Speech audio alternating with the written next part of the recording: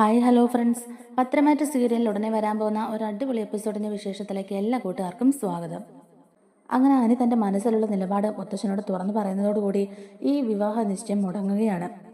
നന്ദു അല്ലാതെ മറ്റൊരു പെൺകുട്ടി തന്റെ മനസ്സിലില്ലെന്നും താൻ വിവാഹം കഴിക്കുവാണെങ്കിൽ നന്ദുവിനെ മാത്രമേ വിവാഹം കഴിക്കുള്ളൂ, മറ്റാരെയും വിവാഹം കഴിക്കില്ല എന്നും, ഇനി അഥവാ അങ്ങനെ വിവാഹം കഴിച്ചാൽ തന്നെ അനാമികയും താനും തമ്മിൽ എങ്ങനെയാണോ ജീവിച്ചത് അതുപോലെ തന്നെയായിരിക്കും ഇനി എൻ്റെ ജീവിതത്തിലോട്ട് വരാൻ പോകുന്ന ഏതൊരു പെൺകുട്ടിയുടെയും അവസ്ഥ എന്നൊക്കെ പറഞ്ഞ് അനിയുടെ നിലപാട് അവിടെ എല്ലാവരുടെയും മുമ്പിൽ തുറന്നു പറയുന്നതോടുകൂടി ഈ വിവാഹ നിശ്ചയം വേണ്ടെന്ന് വെക്കുകയാണ് മുത്തച്ഛനും മുത്തശ്ശിയും കൂടെ.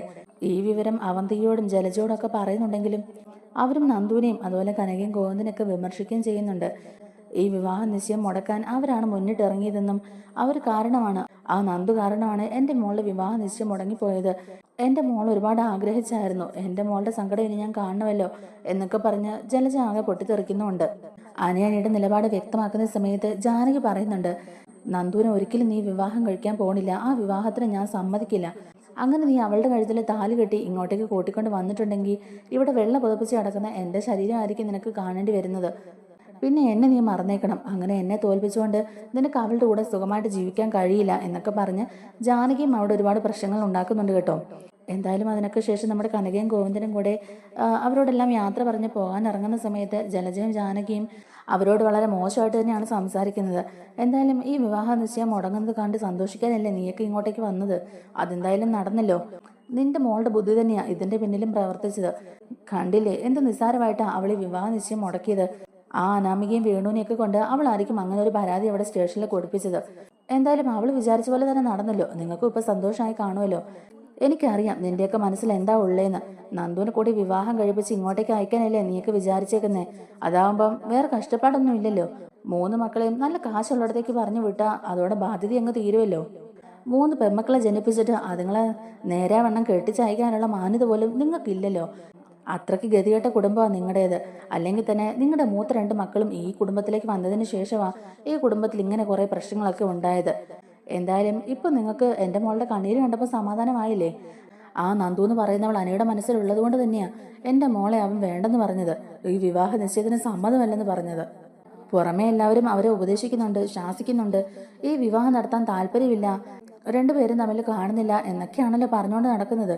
എന്നിട്ട് അവർക്ക് വേണ്ട എല്ലാ സപ്പോർട്ടും ചെയ്തു കൊടുക്കുന്നുണ്ടോന്നാണ് ഇപ്പം എൻ്റെ സംശയം. അല്ലെങ്കിൽ തന്നെ അബി എന്നോട് പറഞ്ഞിട്ടുണ്ട് അവരെപ്പോഴും പല സ്ഥലത്തും വെച്ച് കൂടിക്കാഴ്ചകളൊക്കെ നടത്താറുണ്ടെന്ന്. അങ്ങനെയുള്ളപ്പോൾ അവർ തമ്മിൽ വേർപിരിയാൻ പറ്റാത്ത പല ബന്ധങ്ങളും ഉണ്ടായിട്ടുണ്ടാകും. അതുകൊണ്ടൊക്കെ ആയിരിക്കും അനി മറ്റൊരു പെണ്ണിനെ ആ സ്ഥാനത്ത് കാണാത്തത്. കൈയും കണ്ണും കാണിച്ച് അവൾ അവനെ മയക്കി വെച്ചിരിക്കുകയല്ലേ, പിന്നെ എങ്ങനെയാ. നോക്കിക്കോ ജാനകി, എല്ലാം കറങ്ങി തിരിഞ്ഞ് അവൾ ഈ വീട്ടിലെ മരുമകളായിട്ട് തന്നെ വരും. അല്ലെങ്കിൽ ഇവരെല്ലാരും കൂടെ അങ്ങനെ ഒരു ഡ്രാമ കളിച്ച് അവളെ ഇവിടെ കൊണ്ടുവരും. അതുകൊണ്ട് നിന്റെ മോന്റെ കാര്യത്തിൽ നീ ശക്തമായ നിലപാടെടുക്കണം.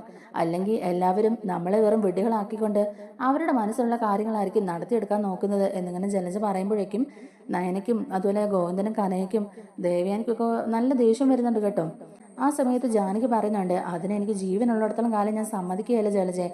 അനാമികമായുള്ള ബന്ധത്തിന് താല്പര്യമുണ്ടെന്ന് പറഞ്ഞത് അവൻ തന്നെയാ അവളെ ഇങ്ങോട്ടേക്ക് കൂട്ടിക്കൊണ്ട് വന്നതും. എന്നിട്ട് അവളും അവളുടെ അച്ഛനും അമ്മയും കൂടി ഇവിടെ കിടന്ന് അഴിഞ്ഞാടിയത് കണ്ടില്ലേ. എന്തായാലും ഇനിയും അങ്ങനെയുള്ള ദുരവസ്ഥകളൊന്നും ഈ കുടുംബത്തിൽ ഉണ്ടാവാൻ പാടില്ല. അതുകൊണ്ട് ഞാൻ എൻ്റെ മനസ്സിൽ മരുമകളായിട്ട് കണ്ടത് അവന്തിക മോളെയാ. അവന്തിക മോള് മാത്രമായിരിക്കും ഇനി എൻ്റെ മരുമകളുടെ സ്ഥാനത്ത്. അതുകൊണ്ട് മോളൊന്നും കൊണ്ട് വിഷമിക്കേണ്ട. അനി ഒരു പെൺകുട്ടിയെ വിവാഹം കഴിക്കുന്നുണ്ടെങ്കിൽ അത് മോളെ മാത്രമായിരിക്കും. ഇത് എൻ്റെ ഉറപ്പാ മോളെ. മോളെ അല്ലാതെ അവൻ വേറൊരാളെയും വിവാഹം കഴിക്കില്ല. അങ്ങനെ അവൻ വിവാഹം കഴിക്കണമെങ്കിൽ എൻ്റെ ശവം ഇവിടുന്ന് എടുത്തിട്ടായിരിക്കണം എന്നൊക്കെ ഇങ്ങനെ ജാനകിയും പറയുക കേട്ടോ. അപ്പോഴേക്കും ഇതെല്ലാം കേട്ടിട്ട് നയനയ്ക്ക് ദേഷ്യം വന്നിട്ട് നയന പറയുന്നുണ്ട്, ഇനിയും എൻ്റെ അച്ഛനും അമ്മയും അനിയത്തിയും കുറിച്ച് ഇങ്ങനെ അപവാദങ്ങൾ പറയാൻ പാടില്ല. എൻ്റെ അച്ഛനും അമ്മയും ഒരു തെറ്റും ചെയ്തിട്ടില്ല. നന്ദു അനിയും തമ്മിൽ കൂടുതൽ അടുക്കാതിരിക്കാനായിട്ട് അവർ നിരന്തരം ഉപദേശിച്ചുകൊണ്ടിരിക്കുക. അവർ തമ്മിൽ കാണാനുള്ള അവസരങ്ങളൊന്നും ഞങ്ങൾ അറിഞ്ഞുകൊണ്ട് ഇതുവരെ ഉണ്ടാക്കിയിട്ടില്ല. അങ്ങനെയുള്ളപ്പോൾ പോലും എൻ്റെ അച്ഛനും അമ്മയും ആരും കുറ്റപ്പെടുത്തേണ്ട കാര്യമില്ല. നിങ്ങൾക്ക് എല്ലാവർക്കും അറിയാവുന്ന കാര്യം തന്നെയാണല്ലോ മുത്തച്ഛനും മുത്തശ്ശിയും നന്ദുവിന് പെണ്ണ് ആലോചിച്ച് വീട്ടിലേക്ക് ചെന്ന കാര്യം. അപ്പോൾ പോലും എൻ്റെ അച്ഛനും അമ്മയും ആ ബന്ധത്തിനോട് താല്പര്യമില്ലെന്നും പറഞ്ഞ് മുത്തശ്ശനും മുത്തശ്ശിയും തിരിച്ചയക്കുക ചെയ്തത്. അങ്ങനെ ഞങ്ങൾക്ക് വിവാഹം നടത്തണമായിരുന്നെങ്കിൽ അത് എപ്പോഴും ആകാമായിരുന്നു. അപ്പോൾ പോലും ഞങ്ങൾ ആ വിവാഹത്തെ എതിർക്കുകയാണ് ചെയ്തത്. എന്തായാലും ചെയ്യാത്ത തെറ്റിന്റെ പേരിൽ എൻ്റെ അച്ഛനും അമ്മയും ഇത്രത്തോളം കേൾക്കേണ്ടി വന്നില്ലേ. അതുകൊണ്ട് ഇനി അവർ തമ്മിലുള്ള ബന്ധത്തെ ഞങ്ങൾ എതിർക്കുന്നില്ല. എല്ലാ തീരുമാനങ്ങളും അനിയുടെ ഇഷ്ടത്തിന് വിട്ടേക്കുക. ഇനി അവൻ തീരുമാനിക്കട്ടെ. ഇതിന്റെ പേരിൽ ഇനി അനിയെ ശാസിക്കാനോ ഉപദേശിക്കാനോ ഞങ്ങൾ ആരും തന്നെ നിൽക്കില്ല. എല്ലാം അവൻ്റെ തീരുമാനം പോലെ തന്നെ നടക്കട്ടെ എന്നൊക്കെ പറയുകയാണ് കേട്ടോ. അപ്പോൾ ആദർശിൻ്റെ അടുത്ത് ആദർശിൻ്റെ നിലപാട് ചോദിക്കുന്ന സമയത്ത് ആദർശം പറയുന്നുണ്ട്, നയനയാണ് മുത്തശ്ശൻ ഈ കുടുംബത്തിൻ്റെ എല്ലാ ഉത്തരവാദിത്തങ്ങളും ഇപ്പോൾ ഏൽപ്പിച്ചിരിക്കുന്നത്. ഈ കുടുംബത്തിൻ്റെ താക്കോലും നയനയാണ് മുത്തശ്ശൻ ഏൽപ്പിച്ചിരിക്കുന്നത്. അതുകൊണ്ട് നയന അങ്ങനെ ഒരു നിലപാടെടുത്താൽ അതിൻ്റെ കൂടെ ശക്തമായിട്ട് ഞാനും പിന്തുണയ്ക്കും. നയന പറയുന്നത് എന്താണോ അത് ഞാൻ കേൾക്കുകയും ചെയ്യും എന്നൊക്കെ പറയാണ് കേട്ടോ ആദർശം. ആ സമയത്തും ജലജയും ജാനകിയും ഒക്കെ ഭയങ്കര ദേഷ്യത്തിൽ നിൽക്കുകയാണ്. എന്തായാലും ആ ഒരു വിവാഹ നിശ്ചയം അങ്ങനെ അലമ്പി പോയതുകൊണ്ട് തന്നെ കനകയും ഗോവിന്ദനും അവിടുന്ന് യാത്ര പറഞ്ഞിട്ട് തിരിച്ചു പോവുകയാണ് കേട്ടോ. അപ്പോൾ നയനയും ദേവയാനയൊക്കെ അവരെ യാത്രയാക്കാനും പോകുന്നുണ്ട്. ഈ സമയത്ത് അവന്തികയുടെ മനസ്സിൽ മുഴുവൻ ഈ വിവാഹ നിശ്ചയം മുടങ്ങിയത് അച്ഛൻ അറിഞ്ഞ അച്ഛൻ എന്തുമാത്രം വിഷമിക്കും എന്നുള്ള കാര്യങ്ങളാണ് ആലോചിച്ചുകൊണ്ടിരിക്കുന്നത്. എന്തായാലും നയനയും ആദർശവും എല്ലാവരും അവരെ വിമർശിക്കുന്ന സമയത്ത് പോലും അനിയുടെ ജീവിതമല്ലേ, അനി തന്നെ തീരുമാനിക്കട്ടെ എന്നൊരു നിലപാടെടുത്തുകൊണ്ട് നവ്യയ്ക്ക് അത് ഒരുപാട് സന്തോഷമാവുകയാണ് കേട്ടോ. എന്തായാലും നവ്യ തന്നെയാണല്ലോ ഈ വിവരങ്ങളെല്ലാം ചോർത്തി കൊടുത്തത് അനാമികയ്ക്ക്. അങ്ങനെ നവ്യ വിചാരിച്ച പോലെ തന്നെ കാര്യങ്ങളെല്ലാം നടക്കുകയാണ്. ആ വിവാഹ നിശ്ചയം മുടങ്ങുകയും ചെയ്യുന്നുണ്ട്. അവന്തിക എല്ലാവരുടെ മുമ്പിൽ തകർത്ത് അഭിനയിക്കുകയാണെന്നുള്ളത് അഭി പറഞ്ഞിട്ട് തന്നെ നവ്യ അറിയുന്നുണ്ടല്ലോ. അതുകൊണ്ട് അഭിയെ പോലെ നല്ലൊരു പയ്യന് അവന്തിക ഒരിക്കലും ഒരു ഭാര്യയായിട്ട് വരാൻ പാടില്ലെന്നും അവൻ ആഗ്രഹിച്ചതുപോലെ തന്നെ നന്ദുവിന് തന്നെ അവന് താലി കെട്ടി സ്വന്തമാക്കാൻ കഴിയണം എന്നൊക്കെയാണ് നവ്യയും ആഗ്രഹിക്കുന്നത്. എന്തായാലും അവർ ഉദ്ദേശിച്ച പോലെ തന്നെ കാര്യങ്ങളെല്ലാം എത്തിയിട്ടുണ്ട് കേട്ടോ. എന്നാൽ ഈ വിവാഹ നിശ്ചയം മുടങ്ങി എന്നുള്ള കാര്യം അറിയുമ്പോഴേക്കും നാഗേന്ദ്രൻ അത് ഭയങ്കര ഷോക്കാവുകയാണ്. അഭി തന്നെയാണ് നാഗേന്ദ്രയെ വിളിച്ച് ഈ വിവരങ്ങൾ അറിയിക്കുന്നത്. അനാമികയും വേണുവും കൂടെ വിവാഹ നിശ്ചയം നടത്തുന്ന കാര്യം പറഞ്ഞ് പോലീസ് സ്റ്റേഷനിൽ ഒരു കംപ്ലൈൻറ്റ് കൊടുത്തെന്നും അത് നന്ദു വിളിച്ച് മുത്തശ്ശനെ അറിയിക്കുകയും ചെയ്തെന്ന് പറയുകയാണ്. അങ്ങനെ ഒരു പരാതി കിട്ടിയ സ്ഥിതിക്ക് ആക്ഷൻ എടുക്കേണ്ടി വരുമെന്നും വിവാഹ നിശ്ചയം നടത്താതിരിക്കുന്നതാണ് നല്ലതെന്നും മുത്തശ്ശൻ തന്നെയാണ് തീരുമാനമെടുത്തത്. ഇനിയിപ്പോൾ അതിനെ മറികടന്ന് വിവാഹ നിശ്ചയം നടത്തിയാൽ തന്നെ അനിയെ അറസ്റ്റ് ചെയ്യേണ്ടി വരും. അങ്ങനെ ഒരു അറസ്റ്റ് ഒഴിവാക്കാൻ വേണ്ടിയാണ് മുത്തശ്ശനി വിവാഹ നിശ്ചയം പിന്നീട് നടത്താമെന്ന് പറഞ്ഞത്. അങ്ങനെ ഇരിക്കുമ്പോൾ അനു തന്നെ അനിയുടെ മനസ്സിലുള്ള കാര്യം വ്യക്തമാക്കുകയായിരുന്നു. നമ്മൾ വിചാരിച്ച പോലെ തന്നെ അനിക്ക് ഇപ്പോഴും നന്ദുവിനെ ഭയങ്കര ഇഷ്ടമാണ്. അവർ തമ്മിൽ ഇടയ്ക്കിടെ കൂടിക്കാഴ്ച നടത്തുന്നുമുണ്ട്. ഈ വിവാഹത്തെക്കുറിച്ചുള്ള കാര്യങ്ങൾ ആദ്യം മുതൽ സംസാരിച്ചപ്പോൾ പോലും അനു ഒട്ടും താല്പര്യം കാണിച്ചില്ല. പതിയെ പതിയെ എല്ലാവരും നിർബന്ധിക്കുന്ന കാരണം അവൻ അതിനെ സമ്മതിക്കുമെന്നാണ് കരുതിയത്. പക്ഷെ ആരും അറിയാതെ ഇതുപോലെ ഒരു നീക്കം നടത്തുമെന്ന് ഒട്ടും പ്രതീക്ഷിച്ചില്ല. മിക്കവാറും ഇത് അവനും അവളും കൂടെ കളിച്ച ഒരു ഡ്രാമ തന്നെയായിരിക്കും. അനാമിക്ക് ഈ വിവരം ചോർത്തി കൊടുത്തത് അവൾ തന്നെയായിരിക്കും. എന്നിട്ട് അവൾ തന്നെയായിരിക്കും അവർക്ക് ഇങ്ങനെ ഒരു വഴി ഉപദേശിച്ചു കൊടുത്തതും. എന്തായാലും ഇപ്പോഴും അവർ തമ്മിലുള്ള കേസ് കോടതിയിൽ കിടക്കുകയല്ലേ. അങ്ങനെയുള്ളപ്പോൾ ഇങ്ങനെ ഒരു വിവാഹ നിശ്ചയം നടത്തുന്നത് ലീഗലി തെറ്റാണ്.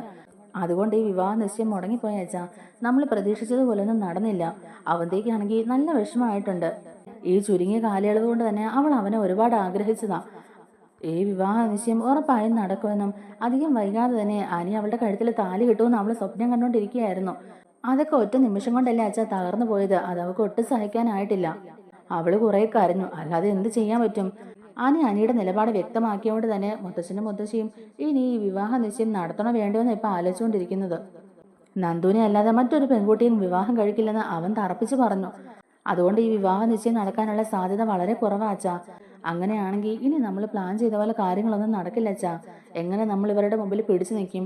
ഇവരെ കൂപ്പ് കുത്തിക്കാൻ ഇനി നമുക്ക് മുമ്പിൽ എന്ത് മാർഗ്ഗമാണ് ഉള്ളത് എന്നൊക്കെ ഇങ്ങനെ നമ്മുടെ അഭി നാഗേന്ദ്രയോട് ചോദിക്കുകയാണ് കേട്ടോ. അപ്പൊ നാഗേന്ദ്രയ്ക്കും ഇത് അറിഞ്ഞിട്ട് ഒരുപാട് വിഷമാവുന്നുണ്ട്. അവന്തികയെ ഒന്ന് കാണണം, അവളെ ഒന്ന് ആശ്വസിപ്പിക്കണം എന്നൊക്കെ അയാളും ആഗ്രഹിക്കുന്നുണ്ട് കേട്ടോ. എന്നാൽ ഇപ്പോഴത്തെ സാഹചര്യത്തിൽ അവന്തികയ്ക്ക് നാഗേന്ദ്രയെ കാണാൻ പോകാൻ സാധിക്കുന്നുമില്ല. എന്തായാലും നന്ദുവിനോടുള്ള ശത്രുത ദിവസം ചെല്ലുന്തോറും കൂടി വന്നുകൊണ്ടിരിക്കുകയാണ്. എൻ ജ്വല്ലറിൽ നടക്കുന്ന കുറ്റകൃത്യങ്ങളും അതുപോലെ ഡ്യൂപ്ലിക്കേറ്റ് ഡയമണ്ടും കള്ളക്കടത്ത് സ്വർണവും അതിന്റെ പേരിലൊക്കെ ഒരു അന്വേഷണം നടന്നുകൊണ്ടിരിക്കുകയാണല്ലോ. തന്നെയുമല്ല ഡേവിഡിനെ അന്ന് അറസ്റ്റ് ചെയ്യാനും വന്നതിന്റെ പേരിലും നന്ദു കാരണം അവർക്ക് ബിസിനസ്സിൽ ഒരുപാട് നഷ്ടവും ഉണ്ടായിട്ടുണ്ട്. അപ്പൊ അതൊക്കെ നികത്തിയെടുക്കാനും കൂടി വേണ്ടിയിട്ടായിരുന്നു അയാൾ ഇങ്ങനെ ഒരു നിശ്ചയം പ്ലാൻ ചെയ്തത്. അവന്തികയും അനിയും തമ്മിലുള്ള വിവാഹം നടക്കുന്നതോടുകൂടി മൂർത്തീസ് ജ്വല്ലറിയും ആനന്ദപുരി തറവാടും എല്ലാം കൈക്കലാക്കാൻ പറ്റുമെന്നും തന്നെ അടിച്ചിറക്കിയവരുടെയൊക്കെ ഒരു പകരം ചോദിക്കലും ആവുമെന്നൊക്കെയാണ് നാഗേന്ദ്രൻ വിചാരിച്ചിരുന്നത്. എന്തായാലും പ്രതീക്ഷിച്ചതുപോലെ പ്ലാൻ ചെയ്ത പോലെ കാര്യങ്ങളൊക്കെ നടക്കുമോ ഇല്ലെന്നുള്ളത് കണ്ടു തന്നെ അറിയേണ്ടി വരും. അങ്ങനെയൊക്കെ ഇരിക്കുന്ന സമയത്താണ് ഈ നാഗേന്ദ്രയ്ക്ക് അനന്തപുരി തറവാടിനോടും അതുപോലെ മൂർത്തി മുത്തശ്ശനോടും ഒക്കെ ഇത്രയും ശത്രുത വരാൻ എന്തായിരിക്കും കാരണം എന്നുള്ളത് നമ്മുടെ ആദർശ നയനയും കൂടി ഇരുന്ന് ചിന്തിക്കുന്നത്. എന്തുകൊണ്ടായിരിക്കാം അയാൾ അതിന് മാത്രം എന്ത് വലിയ തെറ്റ് ചെയ്തിട്ടാ മുത്തശ്ശൻ അയാളെ അവിടുന്ന് അടിച്ചിറക്കി വിട്ടതെന്നൊക്കെ നമ്മുടെ നയന ഇങ്ങനെ ആദർശൻ്റെ ചോദിക്കുകയാണ് കേട്ടോ. അന്നിവിടെ എന്താ സംഭവിച്ചതെന്ന് മുത്തശ്ശനും മുത്തശ്ശിക്കും അച്ഛനും അമ്മയ്ക്കും അതുപോലെ അപ്പച്ചിക്കും ഒക്കെ അറിയാമായിരിക്കും. എന്നാലും സംഭവിച്ചു പോയ കാര്യങ്ങളൊന്നും പറയാൻ അവരൊട്ടും ആഗ്രഹിക്കുന്നുമില്ല. എന്തായാലും അന്ന് സംഭവിച്ച കാര്യങ്ങളൊക്കെ കണ്ടുപിടിക്കാനായിട്ട് ആദർശ് തന്നെയാണ് ഇറങ്ങിത്തിരിക്കുന്നതും. ഇതിനോടകം തന്നെ ആദർശനും നയനയ്ക്കും ഒക്കെ ചെറിയ സംശയമുണ്ട് കേട്ടോ അവന്തികയും നാഗേന്ദ്രയുടെ കൂടെ ചേർന്ന് കുടുംബത്തെ ചതിക്കുകയാണെന്നുള്ള കാര്യം. അബിക്കും അവന്തിക്കും ഒക്കെ നാഗേന്ദ്രയുമായിട്ട് ഇപ്പോഴും ബന്ധമുണ്ടെന്നും അവർ ഒന്നിച്ച് നിന്നുകൊണ്ട് തന്നെ എന്തൊക്കെയോ പദ്ധതികൾ പ്ലാൻ ചെയ്യുകയാണെന്നും ആദർശ് നയനും ഇതിനോടൊക്കെ മനസ്സിലാക്കുന്നുണ്ട് കേട്ടോ. എന്നാലും ഇതിൻ്റെയൊക്കെ യഥാർത്ഥ കാരണം എന്താണെന്നുള്ളത് അറിയണമല്ലോ. അയാൾക്ക് ഇത്രയും ശത്രുത വരാനുള്ള കാരണം എന്താണെന്ന് കണ്ടുപിടിക്കാൻ വേണ്ടി തന്നെ ആദർശ് ഇറങ്ങുകയും അങ്ങനെ പല സ്ഥലങ്ങളിലും അയാളെ കുറിച്ചുള്ള കാര്യങ്ങളൊക്കെ അന്വേഷിക്കുകയും അതുവഴി അയാളെ കുറിച്ചുള്ള കാര്യങ്ങളൊക്കെ ആദർശനും നയനയ്ക്കും കിട്ടുകയും ചെയ്യുന്നുണ്ട്. അയാൾക്ക് പിന്നിൽ മറിഞ്ഞു കിടക്കുന്ന ഈ രഹസ്യങ്ങളൊക്കെ മുത്തശ്ശിയോടൊക്കെ ചോദിച്ചാൽ അവർ വെട്ടിത്തുറന്ന് പറയേണ്ടതാണ്. പക്ഷേ അങ്ങനെ ഓർക്കാൻ പോലും ഇഷ്ടപ്പെടാത്ത കാര്യങ്ങളൊന്നും അവർ പിന്നെ പറയാനും കൂട്ടാക്കുന്നില്ല. അങ്ങനെ അവസാനം അന്വേഷണങ്ങൾക്കൊടുവിൽ ആദർശ് തന്നെ ആ രഹസ്യങ്ങളൊക്കെ കണ്ടുപിടിക്കുകയാണ് കേട്ടോ. എന്താന്ന് വെച്ചാൽ വർഷങ്ങൾക്ക് മുമ്പ്, അതായത് അഭിയും അവന്തിയും ഒക്കെ കുഞ്ഞായിരിക്കുന്ന സമയത്ത് തന്നെ നാഗേന്ദ്രനും മൂർത്തിസ് ജ്വല്ലറിയിൽ ജോലി ചെയ്തുകൊണ്ടിരിക്കുന്ന സമയമാണ്. ആ സമയത്ത് അയാൾക്ക് വലിയ ഫാമിലി ബാക്ക്ഗ്രൗണ്ട് ഒന്നും ഉണ്ടായിരുന്നില്ല. അതുകൊണ്ട് തന്നെ തറവാട്ടിലായിരുന്നു അയാളുടെ താമസവും. മുത്തശ്ശൻ അയാളെ മരുമോനെ പോലെയല്ല കണ്ടത്, മകനെ പോലെ തന്നെ, അച്ഛനെയും ഇളയച്ചനെയും പോലെ തന്നെ കണ്ടിരുന്നത്. എന്നിട്ടും പലപ്പോഴും അയാളെ എല്ലാവരിൽ നിന്നും വ്യത്യസ്തമായി പലതും വെട്ടിപ്പിടിക്കാനുള്ള ഒരു സ്വഭാവമാണ് കാണിച്ചുകൊണ്ടിരുന്നത്. മുത്തശ്ശൻ പലതവണ അയാളെ വാൺ ചെയ്ത് നിർത്തിയിട്ടുണ്ട്.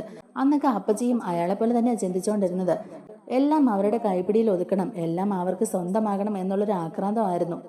നിനക്കറിയാവില്ല നയനെ, മൂർത്തിസ് ജ്വല്ലറി തുടങ്ങിയ സമയം മുതലേ നമ്മുടെ മൂർത്തിസ് ജ്വല്ലറിയിൽ ഒരു കള്ളത്തരങ്ങളും നടന്നിട്ടില്ല. മായം ചേർത്ത സ്വർണമോ കൃത്രിമ ഇടപാടുകളോ അല്ലെങ്കിൽ ക്വാളിറ്റി ഇല്ലാത്ത ഓർണമെന്റ്സോ ഡ്യൂപ്ലിക്കേറ്റ് ഡയമണ്ട്സോ ഒന്നും തന്നെ നമ്മുടെ സ്ഥാപനങ്ങൾ വഴി വിറ്റഴിച്ചിട്ടില്ല. നമ്മുടെ കാരണവന്മാർ മൂർത്തിസ് ജ്വല്ലറി അന്ന് എങ്ങനെയാണ് നോക്കിക്കൊണ്ടിരുന്നത്, അതുപോലെ തന്നെയാണ് ഇപ്പോഴും നമ്മൾ മൂർത്തിസ് ജ്വല്ലറി മുന്നോട്ട് കൊണ്ടുപോകുന്നത്. ഇടയ്ക്ക് ഒരു പ്രാവശ്യം അബി നമ്മുടെ ജ്വല്ലറിയിലെ കള്ളക്കടത്ത് സ്വർണം വഴി ആഭരണങ്ങൾ ഉണ്ടാക്കി വിറ്റത് നീ ഓർക്കുന്നില്ലേ? ഇതിനു മുമ്പും നാഗേന്ദ്രൻ നമ്മുടെ ജ്വല്ലറിയിൽ അങ്ങനെ ഒരു തിരിമറി നടത്തിയിട്ടുണ്ട്. മുത്തശ്ശൻ MD ആയിരിക്കുന്ന സമയത്ത് മുത്തശ്ശന്റെ കണ്ണ് വെട്ടിച്ച് ഇയാൾ കുറച്ചധികം തിരിമറികൾ നമ്മുടെ ജ്വല്ലറിയിൽ നടത്തി. മുത്തശ്ശൻ പലതവണ അയാൾക്ക് വാൺ ചെയ്തതാണ്. എന്നിട്ടും അയാൾ അത് തിരുത്തി ജീവിക്കാനൊന്നും തയ്യാറായില്ല. അപ്പച്ചിയും കണക്കായിരുന്നു. കുറെ കാശുണ്ടാക്കണം എന്നുള്ള ആഗ്രഹം അപ്പച്ചിയുടെ മനസ്സിൽ വന്നുണ്ടായിരുന്നു. അങ്ങനെ നാഗേന്ദ്രൻ്റെ അടുത്ത് ഓരോന്ന് പറഞ്ഞു ജ്വല്ലറിയിൽ വലിയൊരു തിരിമറി നടത്തി. ഇതിനു മുമ്പും പലതവണ പിടിക്കപ്പെട്ടപ്പോഴും നാണം കെട്ടിട്ടാണെങ്കിലും അവിടെ കടിച്ചു മുങ്ങി നിന്നതാണ്. അവസാനം ഗത്യന്തരമില്ലാതെയാണ് ജലജയുടെ വാക്ക് കേട്ട് നാഗേന്ദ്രൻ അങ്ങനെ ഒരു തിരിമറി നടത്തുന്നത്. അത് കൈയോടെ പിടിക്കപ്പെടുകയും ചെയ്തു. എന്തായാലും ഇതിന്റെ പേരിൽ എന്ത് സംഭവിച്ചാലും നീ എൻ്റെ കൂടെ നിൽക്കണം എന്നൊക്കെ നാഗേന്ദ്രൻ പറയുന്നുണ്ടെങ്കിലും ജലജ ആ സമയത്ത് നല്ല അന്തസ്സായിട്ട് നാഗേന്ദ്രയെ കൈയൊഴിയുകയാണ് കേട്ടോ ചെയ്യുന്നത്. അവിടെ ജലജയ്ക്ക് ഒരു പങ്കുമില്ല, ജലജയുടെ ഭാഗത്ത് ഒരു തെറ്റുമില്ല. എല്ലാം നാഗേന്ദ്രന്റെ തലയിലേക്ക് ഇട്ടിട്ട് ജലജ അവിടെ ഒഴിവാകുകയാണ് ചെയ്യുന്നത്. പിന്നെ ആ ഒരു തിരിമറി നടത്തുകയും കള്ളക്കടത്ത് സ്വർണം കൊണ്ടുവരികയും ഒക്കെ ചെയ്തത് പിടിക്കപ്പെടുകയും അത് പോലീസ് കേസ് ആകുകയും മുത്തശ്ശൻ ഒരുപാട് നാണക്കേടുണ്ടാകുകയും ചെയ്തായിരുന്നു. അതൊക്കെ കൊണ്ടാണ് മുത്തശ്ശൻ അയാളോട് ഇത്രയധികം ദേഷ്യം കാണിച്ചത്. എന്തായാലും അന്നത്തെ ആ ഒരു സംഭവത്തിന് ശേഷം ജലജയും മക്കളെയൊക്കെ നാഗേന്ദ്രൻ കൂടെ കൂട്ടാൻ നോക്കുന്നുണ്ടെങ്കിലും ജലജ ഈ കുഞ്ഞുങ്ങളെയൊക്കെ വലിച്ചുകൊണ്ട് എങ്ങോട്ടും നടക്കാൻ വയ്യ, അതുകൊണ്ട് എനിക്ക് നിങ്ങളുടെ കൂടെ വരാൻ താല്പര്യമില്ല എന്നൊക്കെ പറഞ്ഞ് ഒഴിവാകുകയാണ് ചെയ്യുന്നത്. എന്തായാലും എല്ലാ പ്രശ്നങ്ങളും ഇപ്പം നാഗേന്ദ്രന്റെ തലയിലാണല്ലോ. ഇതിന്റെ പേരിൽ എന്ത് പ്രശ്നം ഉണ്ടായാലും എല്ലാം ഞാൻ നോക്കിക്കോളാം, ഞാൻ നിങ്ങളുടെ കൂടെ തന്നെ ഉണ്ടാകും എന്നൊക്കെ വാക്ക് കൊടുത്ത ജലജയാണെങ്കിൽ ഇപ്പൊ കൈ ഒഴിഞ്ഞതിന്റെ ഒരു ദേഷ്യം എല്ലാം കൂടെ നമ്മുടെ നാഗേന്ദ്രൻ ഇവരോട് കാണിക്കുകയാണ് കേട്ടോ. അങ്ങനെ അവർ അങ്ങോട്ടും ഇങ്ങോട്ടും വലിയ തർക്കവും വഴക്കും ഒക്കെ ആകുന്നുണ്ട്. അങ്ങനെ നാഗേന്ദ്രയും മുത്തശ്ശനും തമ്മിൽ പലതരത്തിലുള്ള വഴക്കുകളും തർക്കങ്ങളും ഒക്കെ അവിടെ ഉണ്ടാകുമ്പോൾ പോലും ജലജ ഭർത്താവിന്റെ കൂടെ നിൽക്കുകയോ ഭർത്താവിനെ സപ്പോർട്ട് ചെയ്ത് സംസാരിക്കുകയോ ചെയ്യുന്നില്ല. അയാൾ നാഗേന്ദ്രയെ പോലെ ഒരുത്തന്റെ കൂടെ ജീവിക്കാൻ താല്പര്യമില്ലെന്നും പറഞ്ഞ് അയാളുമായിട്ടുള്ള എല്ലാ ബന്ധവും ഒഴിയുകയാണ് ചെയ്യുന്നത്. തറവാട്ടിലെ എല്ലാവരുടെയും മുമ്പിൽ വെച്ച് മുത്തശ്ശൻ അയാളെ ഒരുപാട് ആക്ഷേപിക്കുകയും അപമാനിക്കുകയും ചെയ്തു. അതുപോലെ തന്നെ തറവാട്ടിൽ നിന്ന് അടിച്ചിറക്കുകയും ചെയ്തു. അങ്ങനെയൊക്കെ അന്ന് സംഭവിച്ചതിന്റെ പിന്നിലെല്ലാം ജലജയാണ് കാരണമെന്നും അതുപോലെ ജലജ കാരണമാണ് തനിക്ക് ഇങ്ങനൊരു അവസ്ഥ ഉണ്ടായെന്നൊക്കെയാണ് നാഗേന്ദ്രൻ പറയുന്നത്. തന്നെ ചതിച്ചവളാണ് ജലജ എന്ന് നാഗേന്ദ്രൻ കൂടെ പറയുന്നതും അതുകൊണ്ട് തന്നെയാണ് കേട്ടോ. അന്നത്തെ ആ ഒരു സംഭവത്തിന് ശേഷം അനന്തപുരി തറവാടിനെയും അനന്തമൂർത്തിയും അതുപോലെ ജലജയോടും ഒക്കെ അടങ്ങാത്ത പകയാണ് കേട്ടോ നാഗേന്ദ്രന്. ആ പകയാണ് അയാളെ ഇവിടെ വരെ കൊണ്ടെത്തിച്ചതും.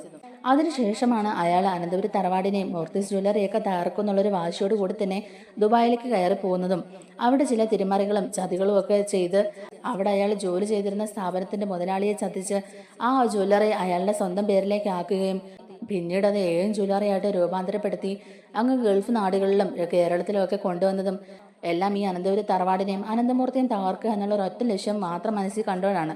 അങ്ങനെയാണ് അയാൾ ഇത്രയും വലിയൊരു സാമ്രാജ്യം കെട്ടിപ്പടുത്തിയെടുത്തതും. എന്തായാലും മുത്തശ്ശിയോടും അനന്തപുരി തറവാടിനോടും ജലജയോടുമുള്ള പകയും വൈരാഗ്യവും തന്നെയാണ് അയാളെ ഇത്രത്തോളം കൊണ്ട് എത്തിച്ചതും. ഈ രഹസ്യങ്ങളെല്ലാം തന്നെ നമ്മുടെ ആദർശ നയനെയും കണ്ടുപിടിക്കുകയാണ് കേട്ടോ. അങ്ങനെ അപ്പച്ചിയാണ് ഇതിന്റെ എല്ലാം പിന്നിലെന്നും നാഗേന്ദ്രയ്ക്ക് ഇവരോടെല്ലാം ഇത്രയും വലിയ പകയും വൈരാഗ്യവും ഒക്കെ തോന്നാൻ കാരണം അപ്പച്ചിയാണെന്നും അന്നത്തെ ആ ഒരു സംഭവത്തിന്റെ പിന്നിലെ അപ്പച്ചിയുടെ കൈകളായിരുന്നുവെന്നും അപ്പച്ചിക്ക് വേണ്ടിയാണ് അയാൾ അത് ചെയ്തതെന്നും അവസാനം അയാളുടെ കൂടെ നിൽക്കാതെ അയാളെ കൈയൊഴിക്കുകയും തറവാട്ടിൽ നിന്ന് അപമാനിച്ച് അടിച്ചിറക്കുകയും ചെയ്തുകൊണ്ടാണ് അയാൾ ഇത്രയധികം പക കൊണ്ട് നടന്നതെന്നൊക്കെയുള്ള കാര്യങ്ങൾ ആദർശ് നയനെ മനസ്സിലാക്കിയിട്ട് മുത്തശ്ശനും മുത്തശ്ശിയെ അറിയിക്കുകയും ചെയ്യുന്നുണ്ട്. അങ്ങനെ മുത്തശ്ശനും മുത്തശ്ശിയും ജലജയെ വിളിച്ചു നിർത്തി ഈ കാര്യങ്ങളൊക്കെ ചോദിക്കാണ് കേട്ടോ.